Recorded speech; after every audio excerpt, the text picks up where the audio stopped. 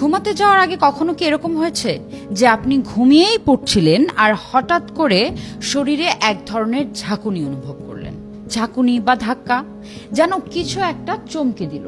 এই ঘটনাটিকে বিজ্ঞানসম্মত ভাষায় বলা হয় হিপনিক জার্ক। এটা এমন একটা সময় যখন আপনার পেশিগুলো হঠাৎ করে টুইচ বা ঝাঁকুনি দেয়। পুরো দিন ধরে আমরা দুশ্চিন্তা করি, টেনশন আর কাজের চাপে থাকি। যখন রাতে শুয়ে বিশ্রাম নিতে চাই, তখনও আমাদের শরীর মানসিকভাবে হাই অ্যালার্টে থাকে। মানে শরীর এতটাই অভ্যস্ত হয়ে পড়ে স্ট্রেসে থাকার যে সে বুঝতেই পারে না এখন সে ঘুমাতে যাচ্ছে নাকি তার আরো কোনো কাজ আছে। সে বিভ্রান্তি থেকেই হঠাৎ করে শরীর একটা শক বা ঝাঁকুনি দেয়, একটা সতর্ক সংকেতের মতো। যদি এমনটা বারবার হয় তাহলে বুঝতে হবে যে আপনার শরীর একটা বার্তা দিচ্ছে আপনাকে যে স্ট্রেস কমান, মেডিটেশন করুন এবং লাইফস্টাইল বদলান।